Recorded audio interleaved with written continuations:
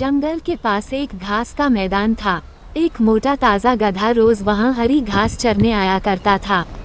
एक दिन वह बड़े मजे से घास के मैदान में चर रहा था। तभी जंगल से एक भेड़िया वहाँ आ गया। वो शिकार की तलाश में निकला था। उसे बड़े जोरों की भूख लगी थी।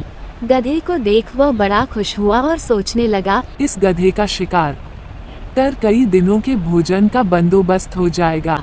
वह अवसर की ताक में एक पेड़ के पीछे छिप गया और गधे पर नजर रखने लगा।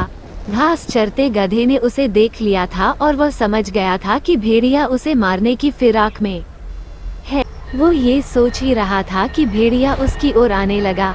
जान बचाने के लिए गधे ने एक युक्ति लगाई और वह लंगड़ाकर चलने लगा। उसे यूं लंगड़ाकर चलते देख भेड़िए ने पूछा, क्यों? क्या बात है, तुम यूं लंगड़ा कर क्यों चल रहे हो? क्या बताऊं भेड़िए भाई, मेरे पैर में कांटा चुभ गया है, बड़ा दर्द हो रहा है, इसलिए यूं लंगड़ा कर चल रहा हूँ। क्या तुम ये कांटा निकाल दोगे?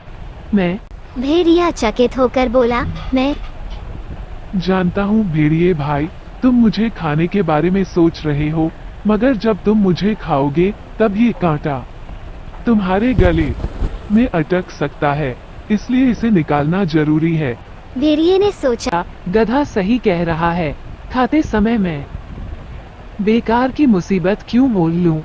इसका कांटा निकाल ही देता हूँ, फिर इसे मारकर मजे से खाऊंगा।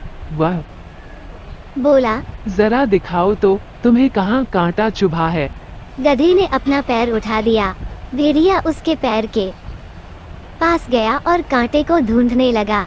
जब गधे ने देखा कि भेड़िए का ध्यान पूरी तरह से उसके पैर पर है, तो उसने एक जोरदार दुलट्टी उसको मार दी।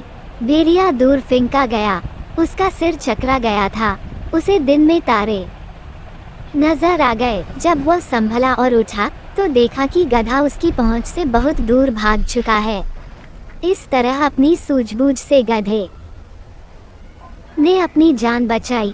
भेड़िया सोचने लगा, जो काम मेरा नहीं बल्कि वैद्य का था, अर्थात कांटा निकालने का काम, उसे करने के चक्कर में मैंने दुलट्टी भी खाई और अपने शिकार से हाथ धो बैठा।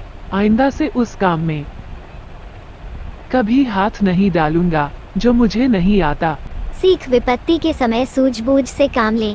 जो काम अपना नहीं है उसमें जबरदस्ती दखल न दें, अन्यथा लेने के देने पड़ जाएंगे।